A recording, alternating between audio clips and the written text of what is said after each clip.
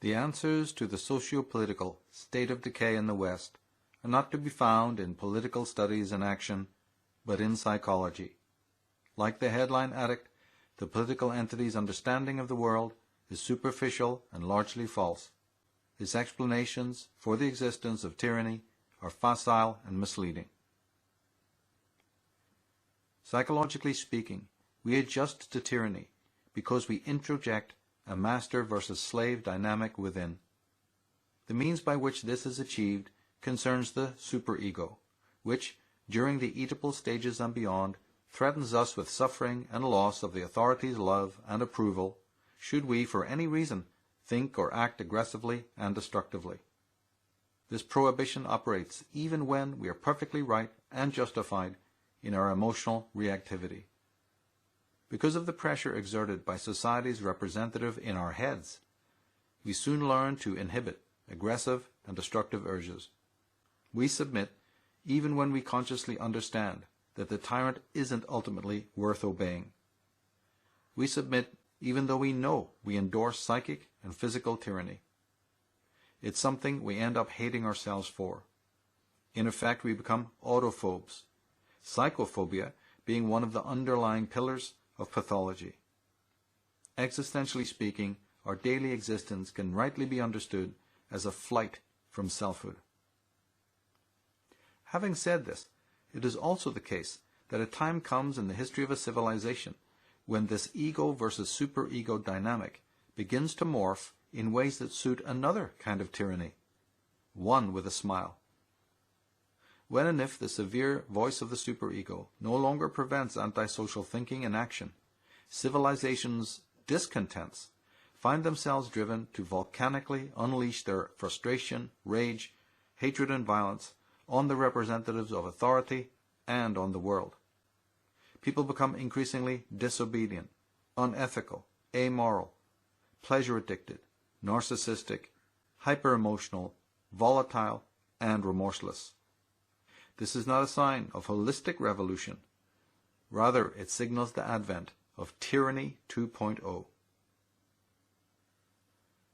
This scenario is all the more inevitable if our society, instead of being prohibitive, becomes increasingly permissive when it comes to the expression of transgressive instincts. In a repressive society, instincts are held in check and instinctual gratification delayed and canalized.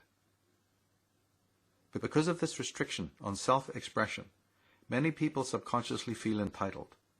Their infantile discontent and rage rises to the surface, seeking to overthrow the status quo.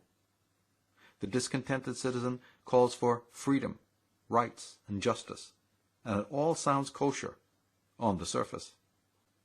However, what is really desired is the chance to be as unfettered and libertine as possible.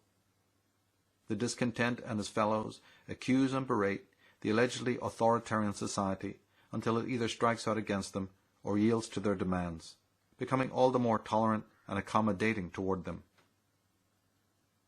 In the end, the Dionysian discontent is permitted to satiate every banal, irrational desire. Courtesy of the amoral society, he and his decadent cohorts erroneously believe they brought the heel.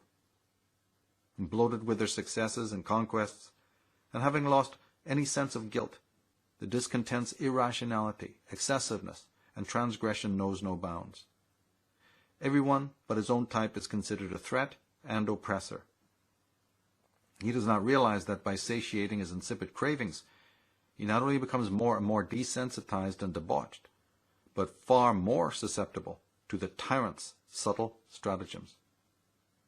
The transgressive discontent lives only for constant and instant gratification. Love, care, sensitivity, remorse, and ethical behavior mean nothing to him, these being equated with superego control, the psychic equivalent of external authoritarianism and oppression. Whereas the superego once drowned one in anxiety for the expression of instinctual needs, the feral, so-called emancipated type now experiences anxiety if his desires and cravings are not instantly satiated. As a result of these reversals in psychodynamics, culture devolves, catering to hedonic types completely devoid of self-awareness, guilt, or conscience. This cultural travesty is caused by the rejection of internal authority, of the superego which demands the renunciation of instinctual urges. Over time, obstructions to instinctual fulfillment are deeply resented.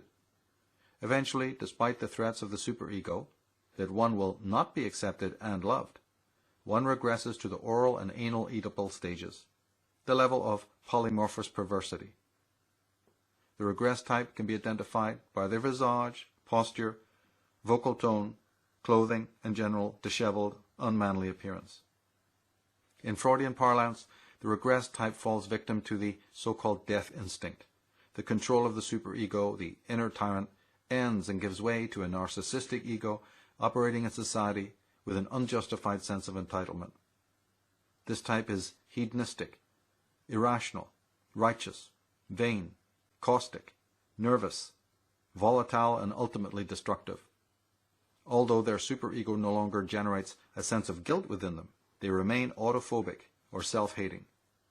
Underlying their sadistic will to destroy external structures is their masochism or ongoing process of self-condemnation for not being what they claim to oppose.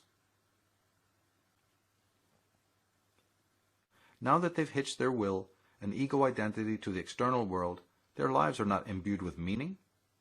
Their greatest enemy is the voice of their own selves, the voice of conscience leading them back to equilibrium. That voice attempts to release the extroverted type from his neurotic attachments and suffering. A great deal of biopsychic energy goes into silencing this voice so that the inauthentic life isn't compromised. However, since the voice of the self cannot be permanently silenced, the sadomasochist experiences a great deal of inner tension. Hence his hyperreactivity and hostility to any external party who happens to represent his inner self. Hence his need to cluster with types as perverse, self-hating, aggressive, episodic, and as entrained as himself. Sigmund Freud was the Viennese founder of psychoanalysis. His final book was the insightful masterpiece, Civilization and Its Discontents. Throughout his career he showed that to hate a thing is to think of it constantly and get up as close to it as possible. In this sense, hate shares a great deal in common with love. Masochists beat themselves up for not being what they claim to oppose and despise. Sadists attack those who point out this dynamic, so the afflicted can heal themselves. But ruled by the death instinct, one's greatest pleasures come from wanton destruction. One's last high is, inevitably, their own self-destruction. In the meantime, one is satiated by their daily acts of desecration toward the healthier elements of culture and nature. This obnoxious, perverted type hastens to gang up with others in the same psychic mess. The will of the masses or herd possesses him, vanquishing his personal willfulness. He secretly thinks to himself, "Good, what a perfect setup. When I destroy myself, I'll have everyone, including myself, believing I did it for the almighty cause." Once this is understood, we see why the crowd must be considered a source and agent of transgression and destructiveness. The crowd's will is a necrophilous will to negation, by which all the august creations of history are wantonly and irrationally critiqued and desecrated. We understand that when the reality principle and superego functions cease to inhibit the discontent's necrophilous will, civilization itself is in peril. The discontent's voracious search for instant gratification leads inevitably to his march against perceived social conventions and obstructions. For him, knowledge, wisdom, care, love, bonding, ethics, and higher callings are considered impediments to be critiqued and negated. Why? Simply because they stand in the way of pleasure. Freud's views on psychodynamics help us clarify the problem. I experience less suffering by satiating prohibited desires. I suffer less by circumventing superego control and running amok with others of my rabid kind. I prefer the suffering that comes with my excesses over the suffering experienced by not yielding to my desires. In the latter case, my suffering is pure. In the former, it is partial, since I get to experience pleasure as well as pain. I free myself from having to obey the edict, "Thou shalt not." Instead, I gleefully commit myself to the edict which says, "I'll not do what you tell me. Punish me all you like. I'm busy having the fun previously denied me." With psychic constraints broken, I am free to be who I really am. Hooray! I no longer experience neurotic dread because others disapprove of me. In fact, most people I know are exactly as I am. Disapproval no longer reigns in my libido. I get on with satisfying my banal desires, courtesy of the Marcusean society, which deluges me in puerile pleasures and distractions. Herbert Marcuse, the Fabian Marxist philosopher who believed that mass control was assured by enhancing the pleasure principle, making sure people are constantly titillated, distracted, infatuated with worldly stimuli, and able to satiate all their banal desires and cravings. The affluent society gives away its rights willingly, as long as sensual gratification is instantaneous, unhindered, and perpetual. Enter the new man, emancipated in his consciousness and free to do not as others tell him, but as his own unfettered ego tells him. Existentially, he exchanges ordinary human misery for neurotic suffering, and, as a consummate sadomasochist, finds the latter most agreeable. The discontented marionette does not realize that the pleasure he experiences is derived from his being allowed to self-destruct. As a citizen of the affluent orgiastic society, his descent into the abyss is assured. The temptations offered by the world cannot be resisted by his unrestrained but uprooted ego. His superego cajoles but fails to arouse a modicum of guilt or shame. I'm going out with a bang. No need to heed you. I won't be around long enough to experience the life you want me to live. I'm in the now, having fun and burning the midnight oil, getting my fixes and partying till I drop. YOLO, you only live once. My soul belongs not to myself, but to everyone. What the orgiastic new man doesn't see is that his pleasures, like his suffering, are of the neurotic variety. His so-called highs exist only because his anxieties are tranquilized by a barrage of inane worldly stimuli. He does not see that his internal tyrant, the superego, has been stripped of its authority, which has been transmuted and transferred. Prohibition gives way to permissiveness, resulting in psychic disorientation and identification with the will of external tyrants. Once the entrainment is complete, superego control is massively reduced. Society's necrophilous will takes over where the superego leaves off. The liberated, emancipated pleasure addict is the perfectly posed mannequin or extra in a stage-managed charade. Originally the victim, he's recast as a heroic crusader against the evil establishment. What a part! What a performance! Having subjected his will to the puppeteers on high, the discontent disguises his complicity by loudly falling in with placard-waving protesters and malcontents, pretending to be offended by the faults and abuses of government. Vote, vote, vote. Less work, more play. Less work, more play. Sociologically, the discontent certainly doesn't see or care that his immersion in the necrophilous crowd brings about the degeneration of his culture. He does not see that it is infested with hedonic, episodic types whose concern for the future is non-existent. Nor does he foresee the dystopian nightmare awaiting him and his decadent comrades, the global village ready to impose upon his being shackles from which he will never escape. As far as the establishment is concerned, maintaining the technocracy of power demands efficient mind and behavior control. In the past, superego control served to enslave the psyche and keep humanity on its knees. But, as the Marcusans knew, the downside was that the slave may one day not only rebel against his overlords, but become sincerely interested in authentic intellectual and spiritual teachings and paradigms. However, if instead of gruel and chains, he's offered endless moment-by-moment pleasures and fixes, he not only returns to his prison cell, but locks himself in and willingly throws away the key. He never again concerns himself with truth and the man of truth. He even comes to utterly loathe their presence and counsel. The pleasure addict's only sign of discontent and rebellion occurs when he demands more fixes from on high. Occasionally he might snap at the hand of the master if satisfaction is delayed. but unlike his predecessor, he will never dream of dethroning the masters from their seats of power. It is through permissiveness, rather than prohibition, that his individualism and spirit of rebellion are sacrificed to the blood-gorged gods. The new man plays his role perfectly and memorizes his script excellently. He says no to self-knowledge and reality, and says yes to delusion, reality distortion, social hysteria, evasion of selfhood, and collectivism. He loathes introspection, contemplation, inwardness, and aloneness. He adores social noise, talismanic terms, and the myth of progress. Like all psychotics and smiling depressives, he knows exactly what's wrong with the world. Other people in positions of power and wealth. People he doesn't know, but secretly wishes to exchange places with.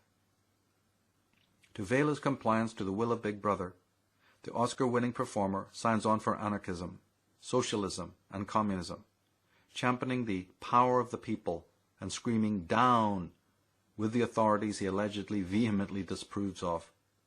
He's addicted to the sound of his own bellows, which echo through the streets. What this self-deluded, harebrained discontent doesn't understand is that the crowd he belongs to and needs as a weapon to overthrow his nemesis is the single most evil institution that exists in the world. It is also no threat whatsoever to the powers that be. What he never fathoms is that his beloved transgressive movements have been designed, funded, and mobilized by the very elite powers he claims to detest and oppose. He cannot see that they have an enormous advantage over his ass, their excellence psychologically. His hidden masters know he's a spoon banger who will sell his soul simply to replace chains of iron with chains of gold, and that the last thing he desires is freedom. All political systems do not end the master-slave opposition, they impose it. In turning to overthrow the master, I become him. The hater of wisdom, however, is simply incapable of accepting this truism. He prefers his pretense of fighting political dragons because he knows in his heart that true freedom is the greatest threat to his existence. When an unruly horde in a delusional state come together, they are wont to call themselves anarchists. These arrested, deranged nihilists and episodics do not detest the state as they pretend. They detest reality. Despite the facade, they don't seek to overthrow the state because it oppresses them, for the simple reason that it does not oppress them. Their every desire is permitted by the state, their very identity molded by it. Without the state and its alleged evil, the clueless anarchist has absolutely no identity or role. If the state ceased to exist, so would he. As rational men understand, non-existence is not to be equated with freedom. With this in mind, we understand that no state or government has anything to do with actual freedom, which is in all cases a matter of attitude. The group or state manipulates the word, using it talismanically to control already regressed types. Freedom, however, is never something awarded by external parties. It is never experienced by masses or collectives. It is the gift one gives oneself, once the internal master-slave opposition is transcended. This process of true liberation has little to do with the presence and influence of other people. It involves the needs of the self exclusively. It is not a process of any interest to anarchists, socialists, communists, and other deeply manipulated neurotics. Affiliation with any political group is one statement of their intent to evade psychological maturation.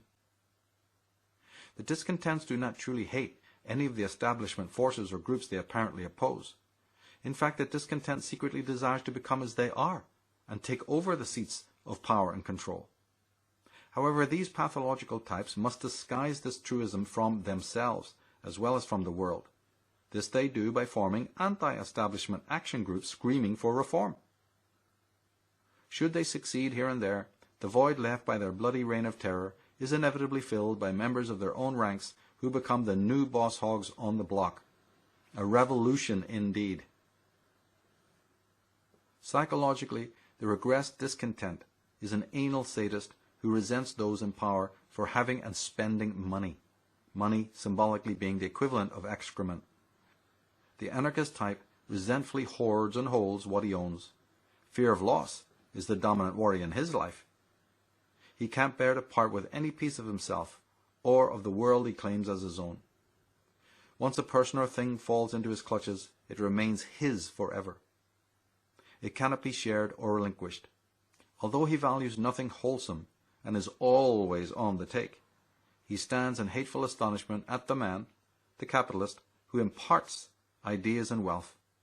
The latter is a total mystery to the former and is deeply resented. It's no difference with the promise of political power that lies just beyond reach, and which he deeply desires. Ergo, this squalid, grubby miser must irrationally and belligerently indict and condemn the man who, having reached the phallic stage of development, doesn't pathologically bottle his shit. The imbecility of the anarchist's incivility and asinine cause is fathomed once we understand one simple fact, true for all time, namely that crowds or gangs of all kinds gathering for whatever social or political purpose are the most evil institutions ever conceived. They're cauldrons of devilry in which individuality and freedom are compromised, undermined, and eventually lost. For sane people, there is no sense in losing individuality and attitudinal freedom for the chimere of political ascendancy. The archetypes of world control know this, which is why they permit, fund, and goad anarchists, socialists, and communists to rouse the people and rattle their cages, wield cudgels, and wave placards against the would-be oppressors. They know what kind of screwballs and flunkies it attracts.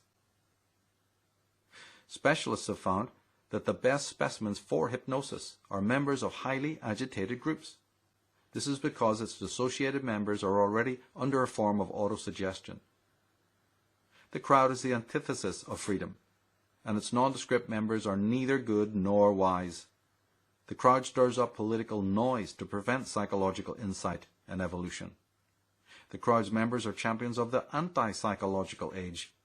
They belong to the crowd not to enhance individuality, but to lose it. Despite superficial appearances, the secret desire of the masses is freedom from freedom. But in order to conceal this truism from themselves, they achieve profound states of self-deceptiveness, the true bane of our times. Once one joins the crowd, convinced that they do so because of some highfalutin cause, they automatically blind themselves to the truth of the matter, which concerns the psychological reasons why they need to be part of a mass movement. Confront this type with his deep-set autophobia and masochism, and hey presto, right on cue, to prove you 100% correct, he'll display his sadism, the ugly twin of his masochism. Time and again, the maniacal, table-pounding leaders of these transgressive groups are soon approached and recruited, becoming members of the club. They play the great game as instructed, posing as people's champions, until replaced by other charming demagogues with insider smiles. And invariably, the rallying cries of these devious and deviant people's champions is freedom, justice, equality, rights.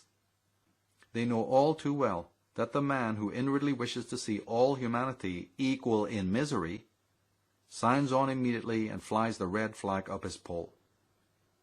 Due to our debased age of incendiary headlines and hipster trends, the average anarchist agitator knows nothing of any of this. He knows nothing about the complex architecture of control, the technocracy of power, or how his strings are pulled from above his pink hat or Che Guevara beret. He knows nothing of the elegant Hegelian account of the origin and maturation of human consciousness. He knows only the Disney version purveyed by degenerates such as Karl Marx, Friedrich Engels, Alexander Kojève, Herbert Marcuse, Noam Chomsky, and the other so-called left Hegelians. German philosopher Georg Hegel beautifully explained how master and slave are eternally linked. The identity of one depends on the existence of the other, and there can be no self-consciousness or advanced human culture without the master-slave dialectic. The master-slave dynamic is instrumental to human self-consciousness, which is in turn instrumental and essential to the existence of advanced rational societies. So when clueless anarchists or crypto-communists scream for the elimination of rulers. They don't realize the consequences for rational civilizations. They forget the essential fact that in order to rid the world of tyranny, the tyrant must, like any other person, be allowed the time and freedom to mature in his thinking, outlook, and behavior. Only the master can crush the master's head, so to speak, not his opponent. The political scuffle leads only to oblivion, not freedom. But the Dionysian anarchists got their silly, deranged dogma from Marx and the left Hegelians, not Hegel himself. Simply put, the slave's process toward freedom and individuality can't even begin without the catalyzing presence and role of the master. Likewise, the master cannot evolve to the level of insight by which he relinquishes his rule over others without the catalyzing presence and role of the slave. This basic Hegelian premise is completely beyond the campus anarchist, whose consciousness operates below even the slave level. Moreover, the extraordinary process by which the master-slave opposition is finally transcended is not necessarily one of politics, but psychology. This is irrefutable and non-negotiable, because what we know as the ruler versus ruled opposition is merely the external manifestation of an internal schism. The master-slave opposition chiefly expresses itself within the psyche. Political anarchy is, therefore, a degenerate's travesty. It is a loser's dogma without a modicum of sense or credibility. The destruction of external masters entails the obliteration of freedom and destruction of all. With no master-slave dialectic in operation, man falls into a dark, abyssal level where self-consciousness collapses, leaving a desiccated zombie where a wholesome, heroic self once stood. Hail anarchy! Worst of all, the campus anarchist knows nothing about human psychology and the dynamics of the infantile power struggle known as the Oedipus complex. He does not remember that he came out the loser in this struggle, and has been subconsciously smarting about it throughout his adolescence and puberty, his political outlooks and aspirations serving as the means of exercising inner rage and winning back a sense of empowerment. He certainly cannot see that his desires for progress and social justice conceal his deep-set sadomasochism and autophobia. With his childish acts of wanton vandalism, he howls, "I want it, but if I can't have it, I'll smash it, so you can't have it either, rich boy." With this in mind, it is not unsurprising that the emblem used by anarchists to signify their loathsome presence and cause is a circle with a capitalized A. In effect, an a-hole.